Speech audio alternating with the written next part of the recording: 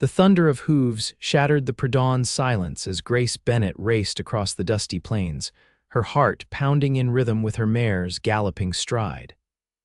Behind her, the torches of Copper Creek's self-appointed moral guardians bobbed like angry fireflies in the darkness.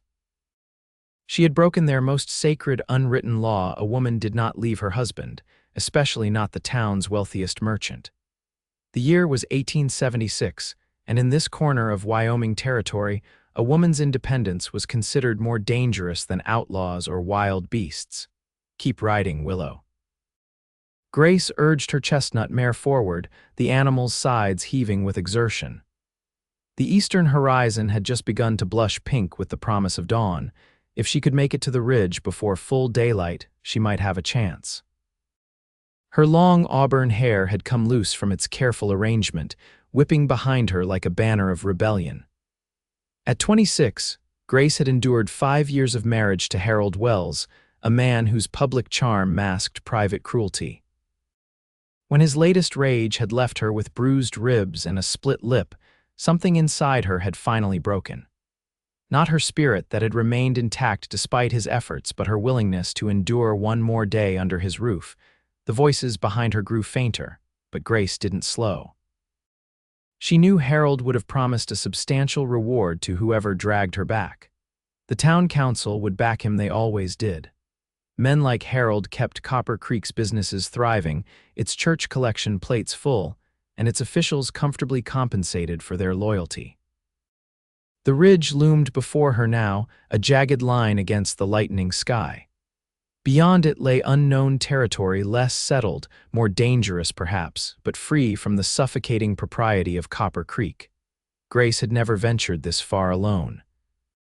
Women didn't travel unaccompanied in these parts unless they were of a certain profession, which would be another mark against her when the town told its version of her disappearance.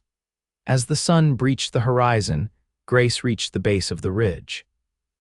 Willow was tiring, her gait slowing despite Grace's gentle encouragements. The sounds of pursuit had faded completely now, but Grace knew better than to assume safety. She began the ascent, guiding Willow carefully along a narrow game trail that wound upward through scrub and loose shale. Near the top, a stone dislodged under Willow's hoof. The mare stumbled, whinnying in pain.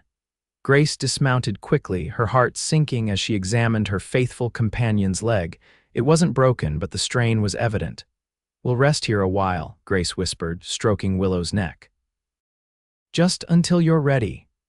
She settled against a boulder, allowing herself to fully feel the ache of her own injuries for the first time since fleeing.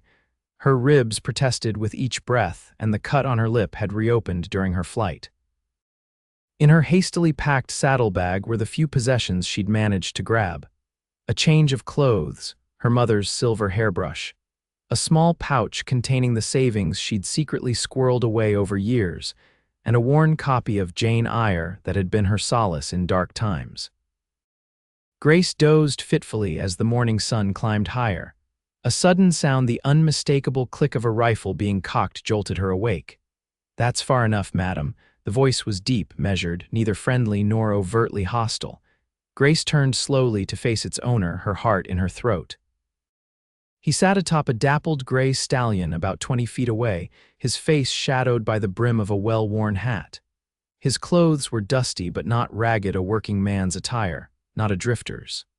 The rifle in his hands wasn't aimed directly at her, but it wasn't pointed away either.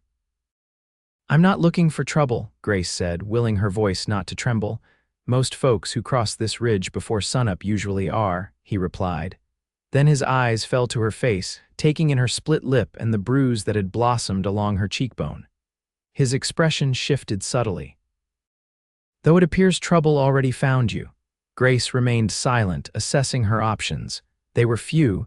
The stranger dismounted with fluid grace that spoke of a lifetime in the saddle. He was tall, broad-shouldered without being bulky. When he pushed his hat back, she saw a face weathered by sun and wind, with eyes the color of the sky after a storm. He wasn't young, perhaps in his early 30s, but there was a vitality to him that had nothing to do with age. "Name's Flynn Keller," he said, slinging his rifle back into its scabbard. "This is my land you're trespassing on." "I didn't know," Grace replied, automatically straightening her disheveled appearance. Old habits died hard. "I'm Grace Bennett. I was just passing through."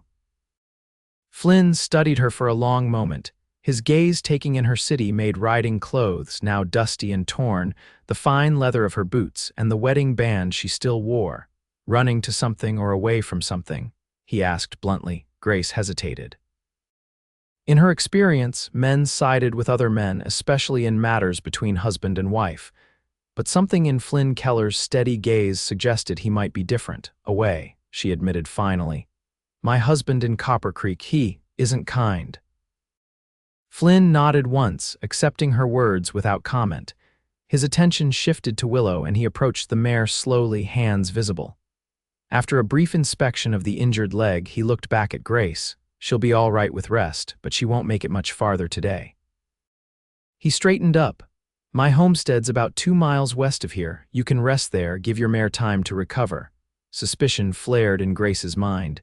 She'd learned the hard way that offers of help often came with unspoken expectations. "Why would you help me?" A shadow passed across Flynn's features. "Let's just say I've seen what men like your husband can do." He paused. "I've got a spare room with a lock on the door. You'll have privacy and safety.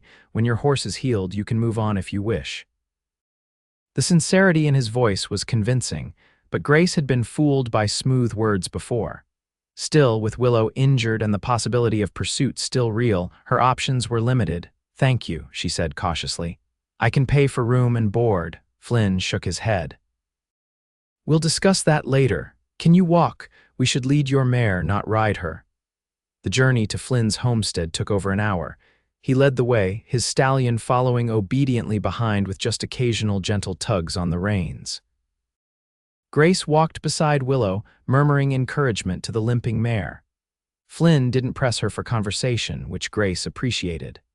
The morning sun grew hotter as they descended the western slope of the ridge, and by the time Flynn's property came into view, Grace was fighting exhaustion. The homestead was modest, but well-maintained, a sturdy log cabin with a covered porch, a small barn, a corral, and what appeared to be the beginnings of a garden plot. A creek ran nearby, providing water and contributing to the surprising greenness of this hidden valley. "It's not much," Flynn said, misinterpreting her thoughtful silence as disappointment, "but it serves its purpose." "It's lovely," Grace replied honestly. After the opulent but suffocating house in Copper Creek, the simple homestead seemed like paradise.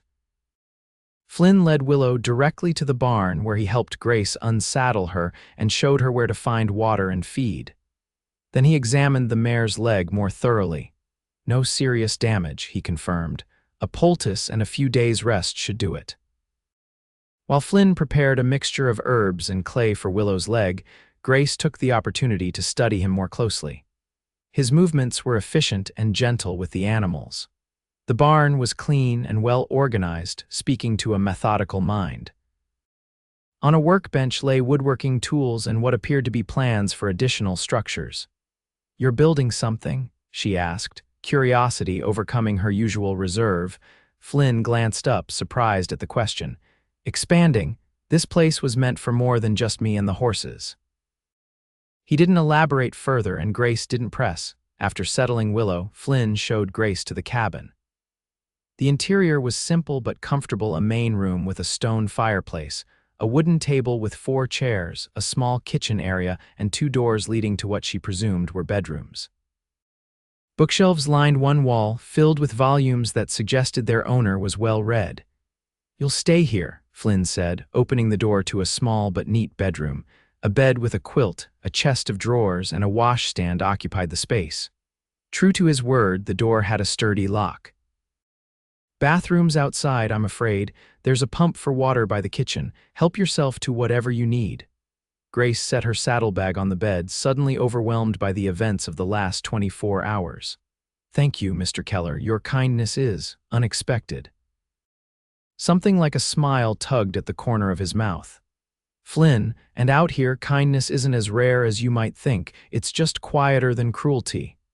He left her to settle in, and Grace took the opportunity to wash away the dust of her journey. The cool water from the pump was a blessing on her heated skin. She changed into her spare clothes, wincing as the movement aggravated her bruised ribs. Her reflection in the small mirror above the washstand was hardly recognizable, wild-haired and hollow-eyed, with a purple bruise blooming on her cheekbone and a swollen lip. When she emerged, Flynn was preparing a simple meal. He gestured for her to sit at the table, setting before her a plate of beans, cornbread, and jerky.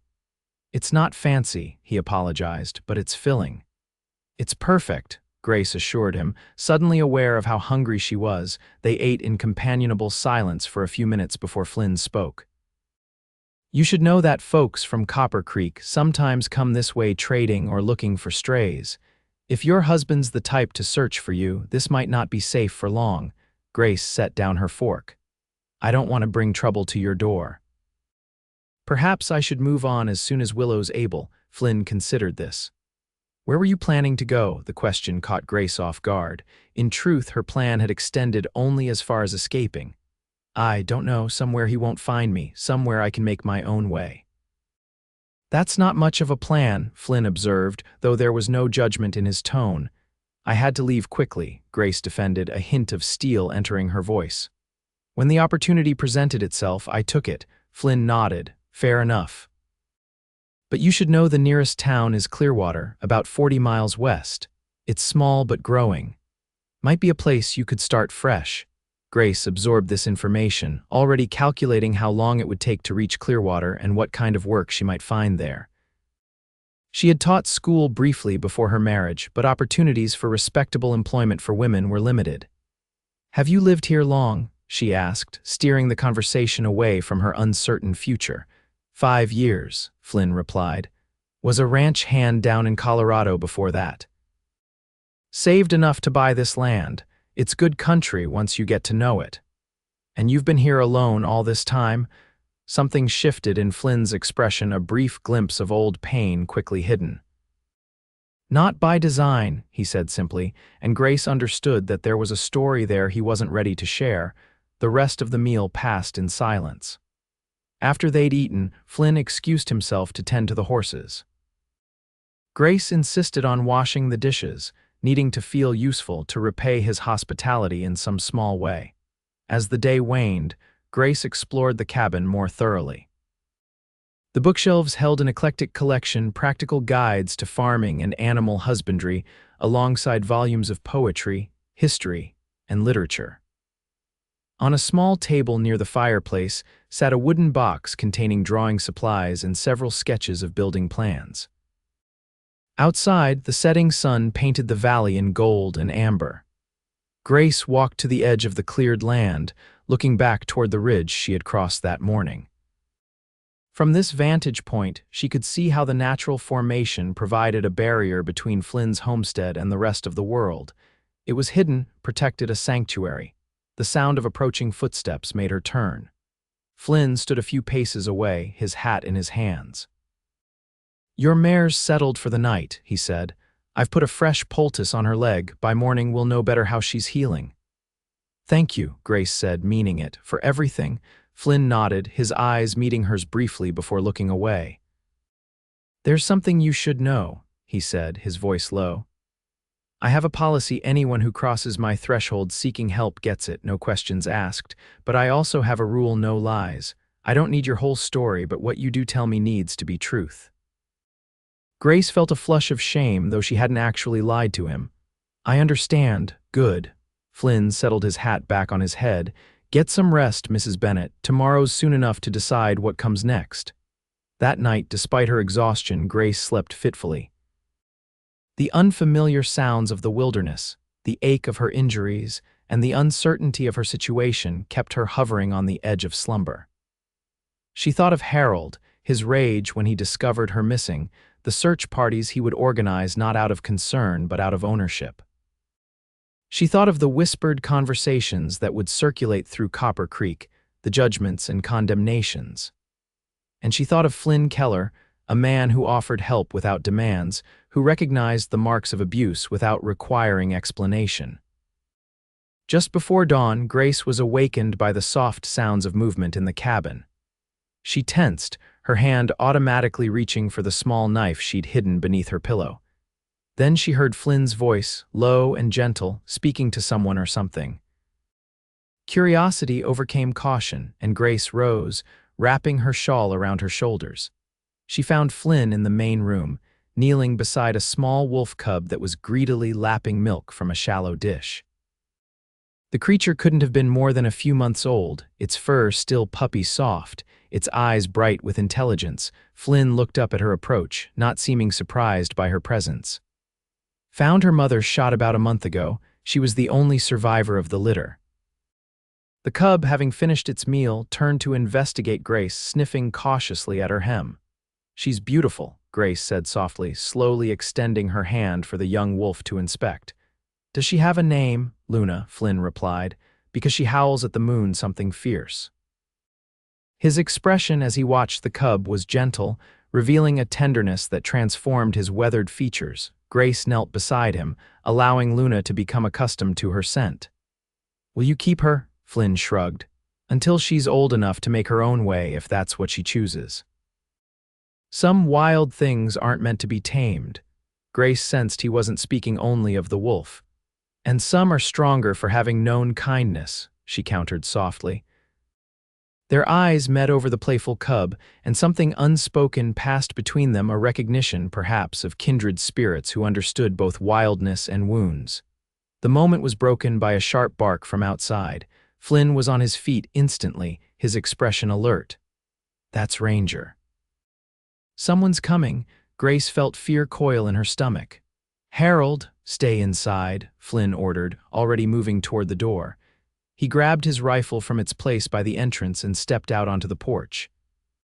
Grace hesitated only briefly before following him, staying in the doorway where she could retreat quickly if necessary.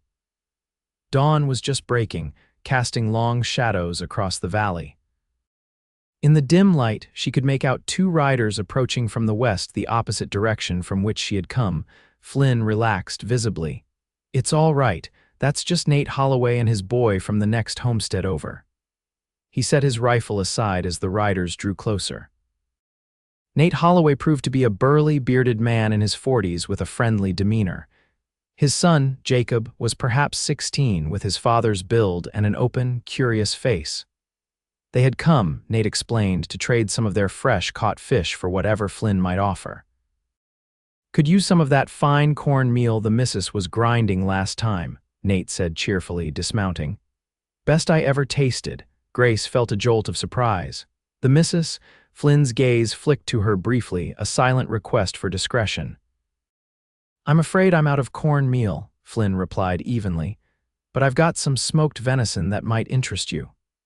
While Flynn and Nate haggled good-naturedly over the trade, Jacob's attention remained fixed on Grace, his youthful face alight with curiosity.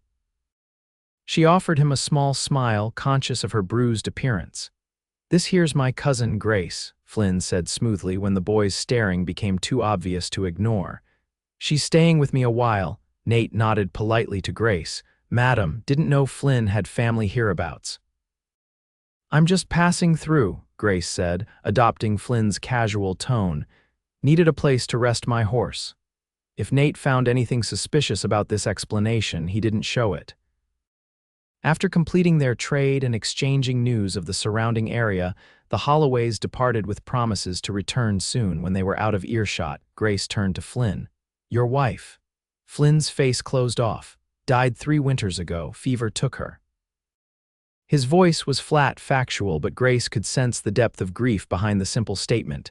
"I'm sorry," she said softly. Flynn nodded once in acknowledgement. "Folks around here still refer to her. Easier than explaining, I suppose." He turned toward the barn. "I'll check on your mare." Grace let him go, understanding his need for solitude. She returned to the cabin where Luna had curled up by the fireplace. The small wolf raised her head at Grace's entrance, then settled back down with a contented sigh. The morning passed quietly. Grace, needing to occupy herself, began cleaning the cabin.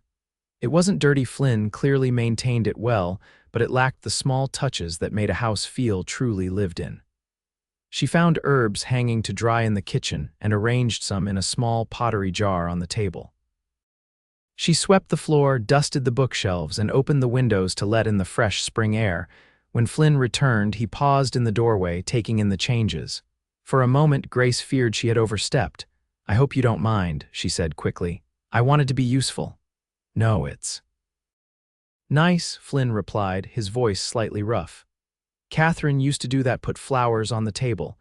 It was the first time he had voluntarily spoken his wife's name, and Grace recognized the significance of the moment.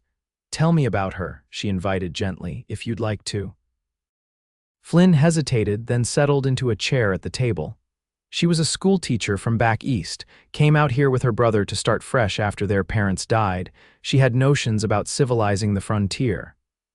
A small smile touched his lips at the memory. "First time I saw her, she was trying to organize a lending library in a town that was mostly saloons and trading posts." "She sounds remarkable," Grace said, genuinely interested. She was. Flynn's gaze turned inward, seeing things Grace could not. "We had 2 years together. We're planning on children." He fell silent for a long moment. The fever came suddenly, nothing to be done.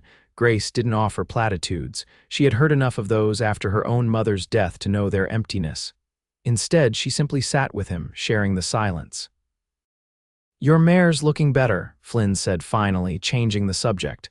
"Another day or 2 of rest should do it." "That's good news," Grace replied, though she felt an unexpected reluctance at the prospect of leaving. "Nate mentioned something I think you should know," Flynn continued. "There are posters up in Clearwater. A reward for information about a runaway wife from Copper Creek. Description matches you." Grace's heart sank. Already, he must have sent riders out immediately. "Apparently your husband is quite determined to find you." "He doesn't love me," Grace said bitterly. "He just doesn't like losing what he considers his property." Flynn's jaw tightened. "How long were you married?" 5 years. "Long enough to realize my mistake many times over." Grace rubbed absently at her wedding ring, a habit she'd developed when anxious. "I was young, flattered by the attention of an established man. My father had just died, leaving debts. Harold offered security, respectability." "And you discovered too late what it would cost," Flynn observed quietly. Grace nodded. "He was charming at first, generous, proud to have a pretty wife, but his true nature emerged gradually controlling, then cruel. No children came, and he blamed me for that too, though the doctor said it might be either of us." She hesitated, then added, "He made sure I had no friends, no allies. When I finally gathered the courage to speak to the minister about his treatment, Harold convinced everyone I was unstable, prone to wild imaginings." "So you ran." "So I ran," Grace confirmed, though not without planning. "I've been saving bits of money for years, hidden in my sewing basket. I marked the phases of the moon, learned Harold's business schedule, studied maps when he thought I was reading novels. I waited until he left for an overnight trip to a neighboring town, then took what I could carry and fled." Flynn studied her with new respect. "That took courage. It took desperation," Grace corrected. "And now, knowing he's already searching, I wonder if I should have gone farther before stopping." "You couldn't have," Flynn pointed out practically. "Your mare needed rest. And Copper Creek is 3 days' hard ride from Clearwater. Word travels faster than horses in these parts." "What should I do?" Grace asked, surprising herself with the question. She wasn't accustomed to seeking advice, having learned to rely on her own judgment. Flynn considered this carefully. "Clearwater might not be safe now, but there's a stage that runs through there to Portland. From there, you could go anywhere California up to Washington Territory. Start fresh where no one knows you." The vastness of such a journey both frightened and exhilarated Grace. "I don't know if my savings would stretch that far. How are you with numbers?" Flynn asked unexpectedly. "Good," Grace replied, puzzled by the change of subject. "I kept the books for my father's shop before he died, and I've secretly managed my own finances despite Harold's restrictions." Flynn nodded as if confirming something to himself. "The general store in Clearwater lost their bookkeeper last month. Owner's been looking for someone with a head for figures. If you could secure that position, you might earn enough for your journey west before your husband's search reaches that far." Hope flickered in Grace's chest. "You think the owner would hire a woman?" Abigail Winters. She's been running that store since her husband died in '68. She's not one to care about conventions if you can do the job. Flynn paused, though you'd need a different name and no wedding ring. Grace glanced down at the gold band that had been both shield and shackle for 5 years. I've wanted to remove it for so long, but it meant something once, Flynn finished for her, and taking it off feels like admitting failure. Yes, Grace was startled by his perception. How did you know? Flynn's eyes held ancient grief. I wore Catherine's ring on a chain around my neck for 2 years after she died. Couldn't bear to put it away, couldn't bear the weight of it against my heart. Finally understood I was carrying the pain, not the love. Grace impulsively reached across the table and touched his hand. You loved her very much. Still do, Flynn said simply, just differently now. That evening, Grace made a decision. After dinner, she removed her wedding ring, holding it in her palm as if weighing its significance one final time. Then she placed it in a small pouch and tucked it into her saddlebag, not discarded but no longer defining her. Grace Bennett is going to disappear, she announced to Flynn. I'll need a new name. Flynn considered this. How about Grace Kelly, simple enough to remember, different enough to throw off suspicion? Grace Kelly, she repeated, testing the sound of it. Yes, I think that will do. They spent the evening planning. Flynn sketched a rough map of the journey to Clearwater, marking safe places to rest and water. He wrote a letter of introduction to Abigail Winters, claiming Grace was a widowed cousin from Colorado with excellent bookkeeping skills. Will she believe you? Grace asked, watching him seal the letter. Abigail and I have done business for years, Flynn replied. She knows I don't waste words or make promises I can't keep. As the fire burned low, their conversation drifted to lighter topics. Flynn spoke of his plans for the homestead, the expansion of the garden, the addition of a proper washroom, the orchard he hoped to establish. Grace shared stories of her childhood in Missouri, her love of literature, her brief experience as a teacher before marriage. When the hour grew late, Grace reluctantly rose to retire. At the door to her room, she paused. Flynn, she said softly, thank you, not just for the shelter and the help, but for seeing me, the real me, not just a runaway wife. Flynn's expression was solemn in the firelight. We're all running from something, Grace. The brave ones are running toward something better. The next morning, Grace awoke to the sounds of hammering. Curious, she dressed quickly and ventured outside to find Flynn working on what appeared to be the frame of a small structure about 50 yards from the main cabin.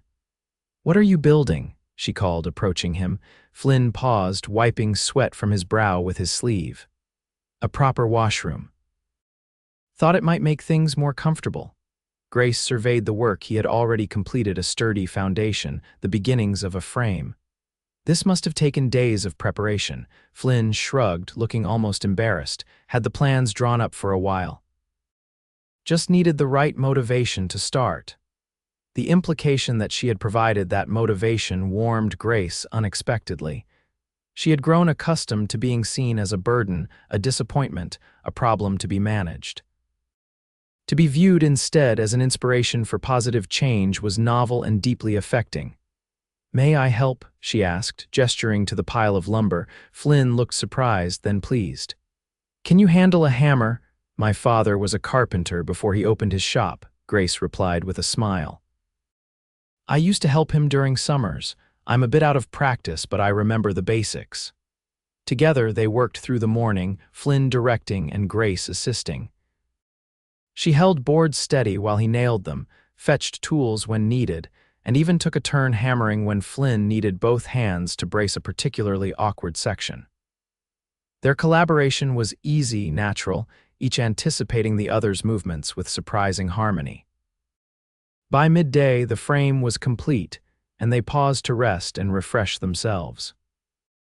Sharing a simple meal of bread, cheese, and cold cider in the shade of an old cottonwood tree, Grace found herself studying Flynn when he wasn't looking, the strength in his hands, the quiet concentration in his eyes, the way the sun had burnished his skin to the color of seasoned leather. Your ribs seem to be healing, Flynn observed, noticing that she moved with less stiffness. And the cut on your lip is almost gone, Grace touched her face self-consciously. The bruises are fading too. Soon there'll be no visible evidence of what happened. Some wounds don't show on the outside, Flynn said quietly. No, Grace agreed, but those heal too with time and care. She hesitated, then added, and sometimes with help from unexpected sources. Their eyes met, held, and Grace felt something shift between them, a recognition that their brief acquaintance had developed into something more substantial than mere hospitality and gratitude. The moment was interrupted by a playful bark as Luna bounded out of the underbrush, proudly carrying a rabbit in her jaws. She deposited her prize at Flynn's feet, looking up expectantly. "Good girl," Flynn praised, scratching behind the cub's ears. "Though I think you need to work on your hunting technique. This one died of old age." Grace laughed, and after a moment Flynn joined her, the sound rusty as if from disuse. Luna, seemingly pleased by their reaction, pranced in a circle before flopping down between them, rolling to expose her belly for scratching. The afternoon was spent finishing the structure's exterior walls. By sunset, the small building had taken definite shape, though it still needed a roof and interior work. As they cleaned up, Grace couldn't help but feel a sense of accomplishment and belonging that had been absent from her life for too long. "You're good at this," Flynn remarked as they walked back to the cabin. "Building, I mean. I enjoyed it," Grace admitted. "Creating something useful with your own hands is satisfying in a way that embroidering cushions never was." Flynn's mouth quirked in amusement. "Not many women would say that." "I'm not many women," Grace retorted, then sobered. "At least I don't want to be the woman I was before, obedient, fearful, living for someone else's approval." "Who do you want to be?" Flynn asked, his gaze steady on her face. Grace considered this. "Someone who builds rather than breaks. Someone who chooses her own path rather than following a prescribed one. Someone." She hesitated, then finished softly, "Someone who can look at herself in the mirror without shame or regret." Flynn nodded as if he understood completely. "That's a worthy aim." That night, after they had eaten and settled by the fire, Flynn surprised Grace by asking about her plans beyond securing passage to Portland. "I haven't thought that far ahead," she admitted.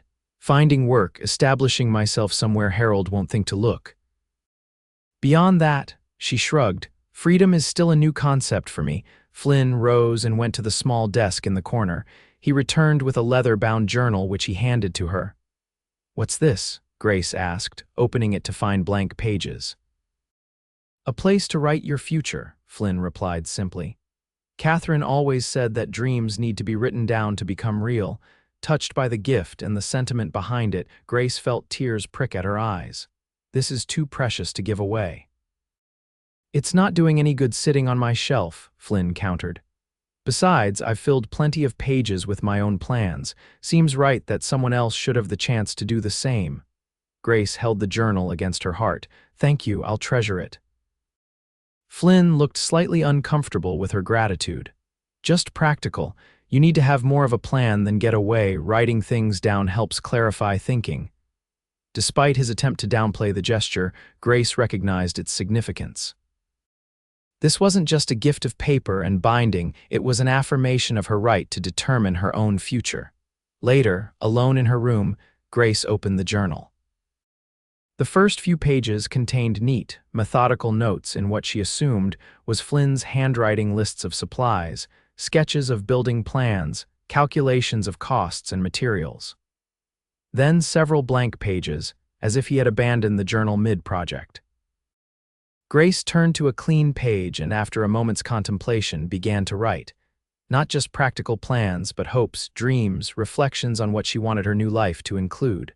Freedom, certainly. Work that engaged her mind, perhaps a small home of her own someday. Friends who knew her true self, not the facade she had maintained in Copper Creek. And maybe, someday, love, real love based on mutual respect and admiration, not possession and control. The next morning, Grace checked on Willow, pleased to find the mare's leg much improved. The horse nuzzled her affectionately, seeming to sense that an adventure was imminent. "We'll be leaving soon, girl," Grace murmured, stroking Willow's neck. "Just a few more days to make sure you're strong enough." "She'll be ready," Flynn's voice came from behind her. "She's tougher than she looks, like her owner." Grace turned to find him leaning against the barn door, his expression unreadable in the early morning light. "I'm not sure how tough I am, really. I endured Harold for 5 years before finding the courage to leave." "Survival isn't weakness," Flynn countered, "and recognizing when it's time to save yourself takes more courage than most people ever find." Before Grace could respond, the sound of approaching horses reached them. Flynn straightened, instantly alert. "Stay here," he ordered, moving quickly to the barn entrance. Grace's heart hammered in her chest as she peered around Flynn. 3 riders were approaching from the east from the direction of Copper Creek. One of them, a large man with a shock of white hair visible beneath his hat, she recognized with a jolt of terror. "It's Harold," she whispered, shrinking back into the shadows of the barn. Flynn's expression hardened. "Stay out of sight, let me handle this." Grace watched through a gap in the barn boards as Flynn strode out to meet the riders, his posture relaxed, but his right hand casually near his holstered revolver.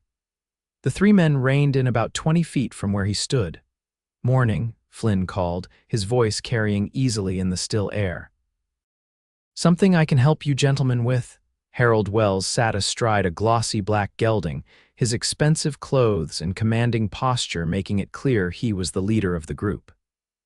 The 2 men flanking him were unfamiliar to Grace, likely hired hands or bounty hunters attracted by the reward.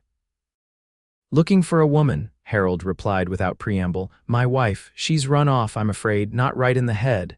He tapped his temples significantly. "Been seeing posters," Flynn shook his head. "Don't get to town much. What's she look like, this wife of yours?" Harold produced a small daguerreotype from his vest pocket and extended it toward Flynn, who took it and studied it with apparent casualness. "Pretty woman," Flynn remarked, handing the image back. "But I'm afraid I haven't seen anyone like that around here." Harold's eyes narrowed. "Mind if we take a look around? She might have passed this way without your knowing." "Actually, I do mind," Flynn replied evenly. "This is private property, and I don't much care for the implication that I might be lying." One of Harold's companions shifted in his saddle, his hand moving subtly toward his weapon. Flynn's attention flicked to him briefly, a clear warning in his stance. "My apologies," Harold said smoothly, though his eyes remained cold. "No offense intended, it's just that my wife is unwell. Prone to flights of fancy and rash decisions. I'm concerned for her safety." "Noble of you," Flynn commented, his tone neutral but his meaning clear. "If I see her, I'll be sure to let the proper authorities know." Harold's expression darkened at the subtle rebuff. "I'd appreciate it if you'd inform me directly. There's a substantial reward for information leading to her recovery." "So I've heard," Flynn replied, "but money isn't everything." The standoff continued for a tense moment before Harold inclined his head in reluctant acceptance. "If you change your mind, I'll be staying in Clearwater for the next week or so. Harold Wells is the name. Flynn Keller, I'll remember." Harold turned his horse, preparing to leave, then paused. "One more thing, Mr. Keller. My wife took a chestnut mare when she left. Fine animal with a white blaze and 1 white sock. Seen any horses matching that description?" Flynn didn't so much as glance toward the barn where Willow was hidden. "Can't say that I have, though there are plenty of chestnut horses in these parts." Harold studied Flynn's face intently, as if searching for signs of deception. Finding none, he nodded curtly to his companions. "Let's move on. We've got ground to cover before nightfall." Grace held her breath as the 3 riders departed, watching until they disappeared over the ridge. Only then did she emerge from the barn, her legs trembling with the aftermath of fear. "He's heading to Clearwater," she said, her voice tight with anxiety. "He'll be waiting when I arrive." Flynn turned to her, his expression grim. "We need to change the plan. Clearwater's no longer an option." "Where can I go?" Grace asked, hating the desperation in her voice but unable to suppress it. "If he's searching this systematically, nowhere within riding distance is safe." Flynn was silent for a long moment, clearly turning over possibilities in his mind. "There's another way," he said finally. "Not easy, but it might work. I'm listening." "The stage from Clearwater passes about 10 miles south of here, following the old mining road. We could intercept it there, away from town where Harold might be watching. Get you on it directly." Hope flickered in Grace's chest. "When does it run?" "Day after tomorrow, if the schedule holds. but there's risk the stage doesn't always stop for travelers on the road unless arranged in advance." "How would we arrange that?" Grace asked. Flynn's mouth quirked in a half-smile. "I know the driver, Jacob Holloway's uncle. If Nate can get word to him today, he might be willing to make an unscheduled stop." The plan took shape quickly. Flynn rode to the Holloway homestead while Grace remained behind, anxiously watching for any sign that Harold might return. By mid-afternoon, Flynn was back with good news. Nate had dispatched his son to meet the stage driver at his overnight stop and arrange for the pickup. "We'll leave at first light," Flynn explained. "It's a hard ride to the meeting point, but Willow should be able to manage it if we're careful." They spent the evening preparing. Grace packed her few possessions, including the journal Flynn had given her. Flynn provided her with a small revolver, showing her how to load and fire it. "I hope you never need to use this," he said solemnly, "but if you do, aim for the center of the body." "Don't hesitate."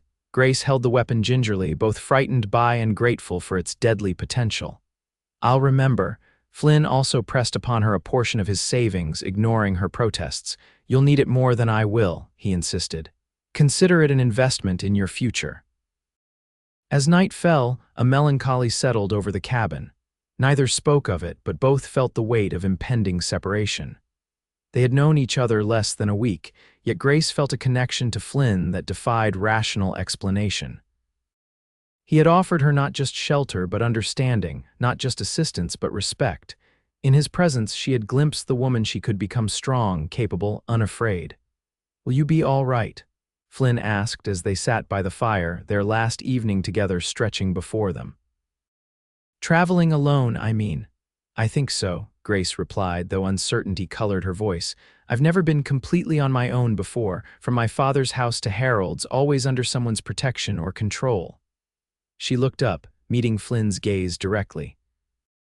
"But I need to learn to stand alone, don't I? To trust myself?" Flynn nodded, understanding in his eyes. "Yes, though standing alone doesn't mean having no one to turn to when you need help." "I'll remember that too," Grace promised softly. They left before dawn, riding side by side through the valley and over lesser-known trails that Flynn assured her would keep them well away from the main routes Harold might be watching. The day was clear and cool, the spring landscape vibrant with new growth. Under different circumstances, it would have been a pleasant journey.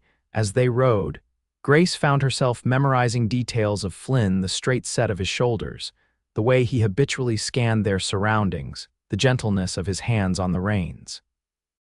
She was saying goodbye not just to a place of refuge, but to a man who had shown her a different kind of masculine strength than she had known before. By mid-morning, they had reached the designated meeting point, a small clearing beside the mining road where a stand of cottonwoods provided shade. They dismounted to rest the horses and await the stage, which Flynn estimated would pass within the hour. "What will you do?" Grace asked suddenly. "After I'm gone, I mean," Flynn shrugged. "Same as before, I suppose. Finish the washroom, plant the garden. Train Luna not to chase the chickens I'm planning to get." But there was a flatness to his voice that belied the casual words. "Will you be lonely?" The question slipped out before Grace could consider its presumption. Flynn's gaze met hers, direct and unguarded. "I've been lonely since Catherine died. Got used to it, mostly."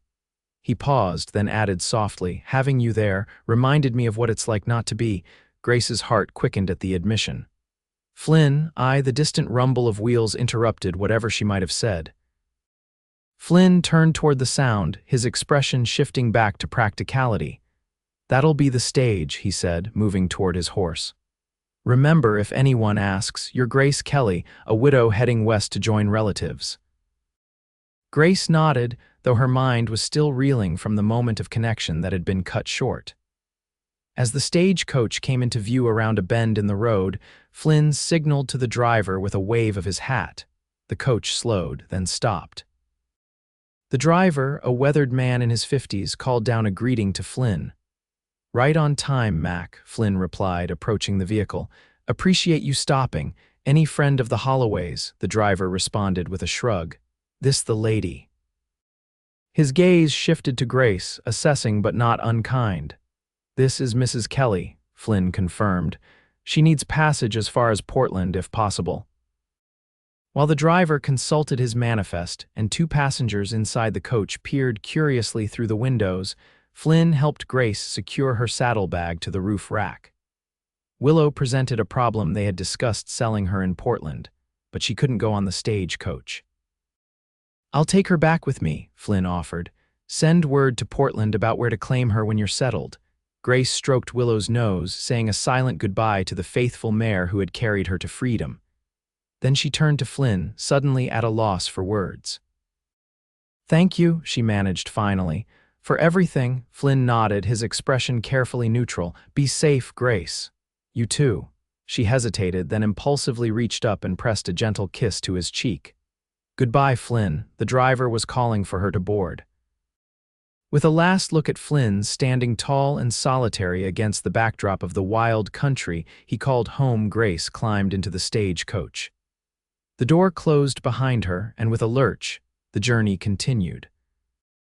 Inside, Grace found herself seated across from an elderly couple who introduced themselves as the Perkinses, traveling to visit their son in Oregon City.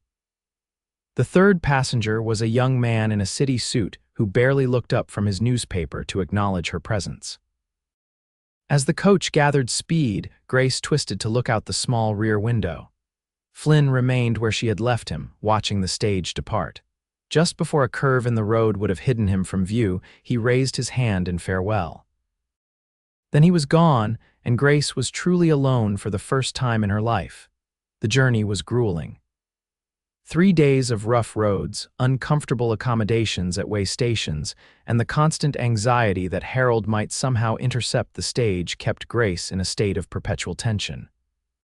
Her fellow passengers changed at various stops, some friendly, some indifferent, none presenting any threat. Still, Grace maintained her widow's story, keeping conversation to polite minimums. By the time the stage reached Portland, Grace was exhausted but resolute. The bustling port city, with its mix of refined establishments and rough frontier elements, offered anonymity and opportunity. Using Flynn's letter of introduction, she secured lodging at her respectable boarding house run by a no-nonsense widow who asked few questions beyond whether Grace could pay her rent on time. The first weeks were difficult. Grace's savings, even supplemented by Flynn's generous contribution, would not last indefinitely. She sought employment, discovering quickly that her options were limited by both her gender and her lack of local connections. Finally, she secured a position as an assistant in a small bookshop owned by an elderly scholar who valued her knowledge of literature more than her bookkeeping skills. The work was pleasant if not lucrative, and Grace gradually began to establish a life for herself. She made cautious friendships with other working women in the city, attended lectures at the Mercantile Library, and even began writing short pieces for a local women's magazine under her new name. But in quiet moments, her thoughts invariably turned to Flynn Keller and the home he had built beyond the ridge. She wondered if he had finished the washroom, if Luna had grown into her adult coat, if he still sat alone by the fire in the evenings. She had written to him once, a brief note sent to the Clearwater General Store as they had arranged, assuring him of her safe arrival and thanking him again for his help. She had not expected a reply. Their arrangement had been practical, not personal, and none had come.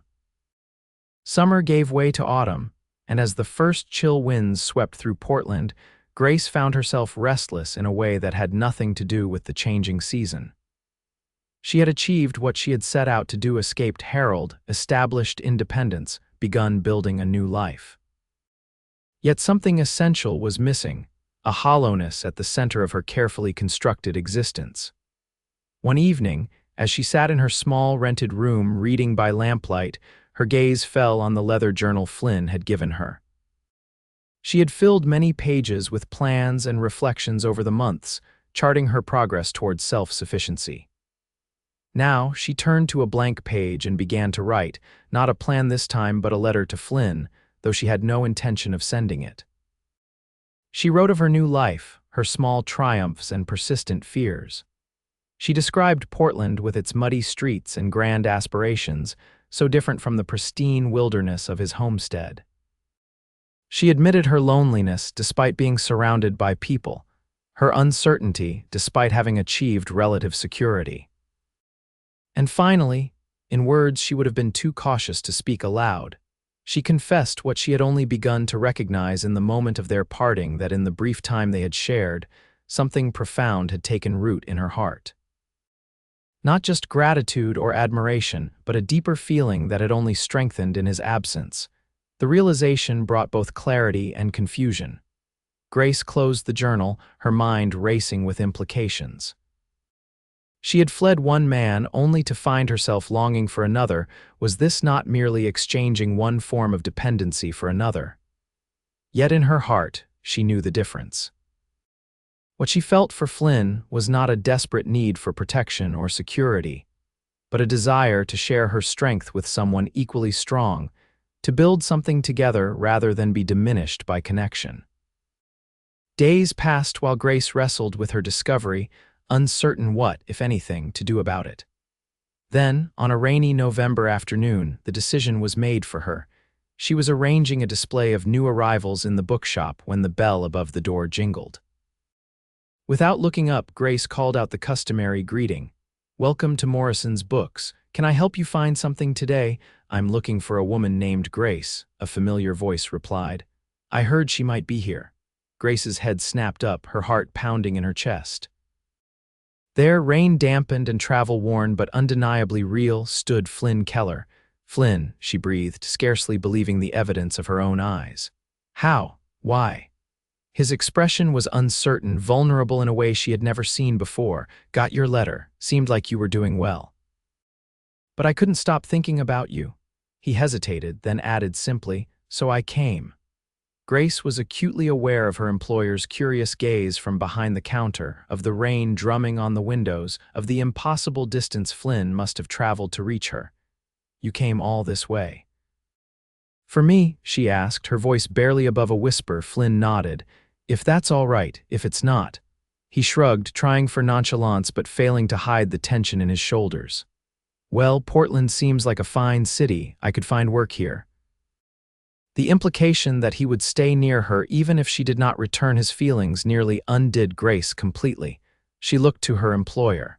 "Mr. Morrison, may I take my break now?" The elderly man waved her off with a knowing smile. "Take as long as you need, my dear." Grace led Flynn to a small tearoom next door to the bookshop. There, in a quiet corner booth, they faced each other across a table that seemed both too wide and too narrow for the conversation they needed to have. "I don't understand," Grace began. "My letter didn't ask you to come. It was just letting you know I was safe." "I know." Flynn's hands rested on the table, his fingers lightly interlaced. "But after you left, the homestead felt wrong, empty in a way it hadn't been before, not even after Catherine." He looked up, meeting her gaze directly. "I told myself it was just having company again after so long alone, that I'd get used to the quiet again." "But you didn't," Grace supplied softly. "No," Flynn's voice was rough with emotion, "because it wasn't just having someone there, it was having you there. Your courage, your determination, the way you saw beauty in simple things. The person you were becoming right before my eyes." Grace felt tears pricking behind her eyelids. "I've thought of you too, every day." Flynn reached across the table, his hand covering hers. "I built that washroom," he said, the non sequitur catching Grace off guard. "Finished the roof, installed a proper tub with running water from the creek, put in glass windows in the main cabin, planted apple trees along the south slope. Why are you telling me this?" Grace asked, though a hope too fragile to name was beginning to blossom in her chest. "Because I wasn't just building for myself anymore," Flynn replied, his eyes never leaving hers. "I was building for a future I suddenly could imagine, a future with someone who might want to share it." The tears Grace had been holding back spilled over. "Flynn, I can't go back. Harold is no longer a threat," Flynn interrupted gently. "He died 3 weeks ago, heart failure according to the notice in the Clearwater paper." Grace sat back, stunned. The news should have brought relief, but instead she felt a complex tangle of emotions: shock, a strange grief not for Harold himself but for the young woman's dreams that had died in their marriage, and finally, slowly, a dawning sense of absolute freedom. "I'm truly free," she whispered. "No more looking over my shoulder, no more fear of being found," Flynn nodded. "You can stay in Portland, build the life you've started here, I'd understand." He paused, then continued with quiet intensity, "But I needed you to know that there's a home waiting for you if you want it. Not as a refuge this time, but as a place to belong. With me."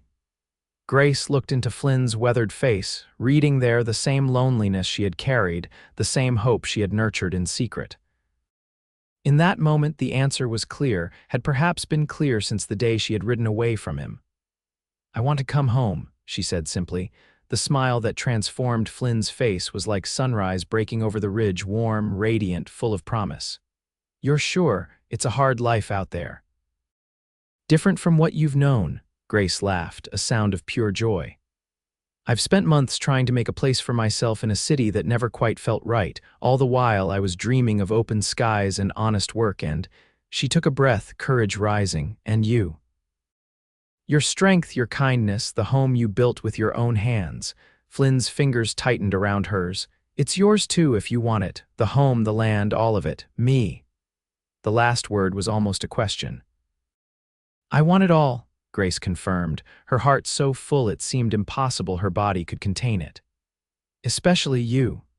They were married 3 days later in Portland's small Methodist church, with Mr. Morrison giving the bride away and the landlady of Grace's boarding house serving as witness. The ceremony was brief, the vows simple but heartfelt. When Flynn slipped a plain gold band onto Grace's finger so different from the ornate ring Harold had used to mark his possession, she felt not the weight of a shackle but the warmth of a promise. The journey back to Flynn's to their homestead took over a week, traveling first by steamboat up the Columbia River, then by stagecoach, and finally on horseback for the last stretch. Grace rode Willow, reunited with her faithful mare who had been well cared for in her absence. Flynn rode alongside on his gray stallion, occasionally reaching across to touch her hand, as if reassuring himself that she was real. As they approached the ridge that had once marked the boundary of Grace's desperate flight, now the threshold of her chosen home, Flynn reined in his horse. "Welcome back," he said softly. Grace surveyed the landscape spread before her, the valley with its creek and cottonwoods. The cabin nestled against the hillside, the new structures Flynn had described. In the late afternoon light, it looked like something from a dream, not the fantasy of escape she had once harbored, but the reality of a life built on solid ground. "It's beautiful," she said, meaning more than just the view. They rode down into the valley together, side by side. Luna, now nearly grown, raced out to meet them, circling their horses with joyful barks. As they dismounted, Flynn took Grace's hand, drawing her close. "There's something I want to show you," he said, leading her not toward the main cabin but to a spot beyond it, where the land sloped gently toward the creek. There, on a small rise overlooking the water, stood a new structure, not large, but sturdy and well-crafted, with a covered porch and glass windows that caught the slanting sunlight. "What is this?" Grace asked, though a suspicion was already forming in her mind. Flynn's expression was a mixture of pride and uncertainty. "I started building it the day after you left. Didn't know if you'd ever see it, but I couldn't stop myself." He paused, then added quietly, "It's yours, a place of your own if you ever need it. Connected to the main house by that covered walkway, but separate. Your own space." Grace walked slowly around the small building, noting the care evident in every detail: the smooth, planed boards, the perfectly fitted windows, the carved decorations on the porch posts. Inside, she found a single room with a small fireplace, built-in bookshelves, and a writing desk positioned to capture the best light. "You built me a study," she whispered, overwhelmed by the thought behind the gift. "A place for your writing, your reading, whatever you want it to be." Flynn stood in the doorway, watching her reaction. "The main house is ours together, but this is just yours. No one can take it from you, not even me." Grace understood then what Flynn was offering: not just a home, but respect for her autonomy, recognition of her need for both connection and independence. It was a gift more precious than any mansion or jewel Harold could have provided, She crossed to Flynn, taking his face between her hands. "Thank you," she said, "for understanding what freedom means to me, for building not just walls and a roof but a future where I can be my true self." Flynn's arms encircled her waist, drawing her closer. "That's all I want, for you to be yourself with me." Their kiss was a promise, a beginning, a homecoming. When they finally parted, Grace looked around the small, perfect space he had created for her, then back to the man who had built it. "I love you, Flynn Keller," she said, the words both a revelation and a simple truth she had known for longer than she realized. "And I love you, Grace Keller," he replied, his voice rough with emotion. "Welcome home." In the years that followed, the homestead beyond the ridge flourished, as did the love between the woman who had been banished for running and the cowboy who had built her a home. The garden expanded, the orchard took root, and the small herd of cattle Flynn acquired grew steadily. Grace's study became the heart of a different kind of productivity. She wrote stories and articles that found their way to magazines back east, earning both income and recognition for her clear-eyed portrayal of frontier life. Children came first: a son with Flynn's steady gaze and Grace's curious mind, then twin daughters who raced their ponies across the valley with the same fearless joy their mother had once ridden toward freedom. Lunar remained their faithful companion until old age claimed her, by which time her puppies, the result of an unexpected encounter with a neighbor's hound, had taken over her protective duties. The valley that had once been Flynn's solitary refuge became a haven for others seeking new beginnings. A small community grew around them, not a formal town, but a loose collection of homesteads whose inhabitants gathered regularly for shared meals, barn raisings, and the schoolhouse sessions Grace conducted for the children. And on quiet evenings, when the work was done and the children asleep, Flynn and Grace would often sit together on the porch of the main cabin, watching the sunset paint the ridge in gold and crimson. Sometimes they spoke of the past, of Catherine's memory, honored rather than forgotten, of Harold, forgiven though not excused, of the desperate ride that had brought Grace to Flynn's door.